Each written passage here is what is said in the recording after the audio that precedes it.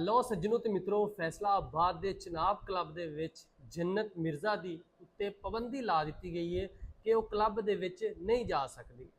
ਜਨਾਬ जन्नत मिर्ज़ा ਦੇ ਨਾਲ जन्नत मिर्ज़ा ਦੇ ਜਿਹੜੇ ਵਾਲਿਦ ਮੁਹਤਰਮ ਨੇ ਉਹਨਾਂ ਦੇ ਉੱਤੇ ਵੀ ਪਾਬੰਦੀ ਲਾ ਦਿੱਤੀ ਗਈ ਹੈ। ਜਨਾਬ ਪਾਬੰਦੀ ਕਿਉਂ ਲਾਈ ਹੈ, ਇਹਦੀ ਕੀ ਵਜ੍ਹਾ ਹਕੀਕਤ ਕੀ ਹੈ?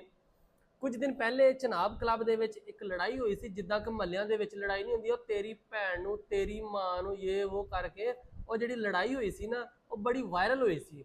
ਤੇ ਜਨਾਬ ਵਾਇਰਲ ਕਰਨ ਵਾਲਾ ਜਿਹੜਾ ਬੰਦਾ ਸੀ ਨਾ ਮੇਨ, ਉਹ ਬੰਦਾ ਮੇਨ ਜਨਾਬ ਲੱਭ ਗਿਆ ਸੀ। ਜਨਾਬ ਉਹ ਸੀਗੇ ਮਿਰਜ਼ਾ अंजुम कमाल, ਜਿਹੜੇ ਕਿ जनाब जन्नत मिर्ज़ा ਦੇ वालिद मोहतरम ने। ਇਹਨਾਂ ਨੇ ਆਪਣੇ मोबाइल चो कहा जाता कि इन्होंने अपने मोबाइल चो वीडियो बनाई सी, वीडियो बना के वायरल की सी, जिहदी वजह तो जनाब इन्हां दे उत्ते हुण सब तो पहले जन्नत मिर्ज़ा दे क्लब जाण दे उत्ते पाबंदी लाती है। ਉਹਦੇ ਨਾਲ मिर्ज़ा अंजुम कमाल ਦੇ ਵਿੱਚ ਜਿਹੜੀ ਇਹਨਾਂ ਦੀ ਮੈਂਬਰਸ਼ਿਪ ਸੀ ਉਹ ਵੀ ਮੁਅੱਤਲ ਕਰ ਦਿੱਤੀ ਗਈ ਆ ਤੇ ਨਾਲੇ ਜਨਾਬ ਇਹਨਾਂ ਨੂੰ ਸ਼ੋਕਾਜ਼ ਨੋਟਿਸ ਵੀ ਦੇ ਦਿੱਤਾ ਗਿਆ ਵਾ। जनाब अंजुम कमाल ने जी वीडियो बनाई सी, वीडियो बना के उत्ते लड़ाई झगड़ा होंदा पिया सी, इन्होंने उत्ते चलाकी नाल कोई वीडियो बनाई, वीडियो बना के जो वायरल की ਉਹਦੇ ਤੇ नोटिस होया।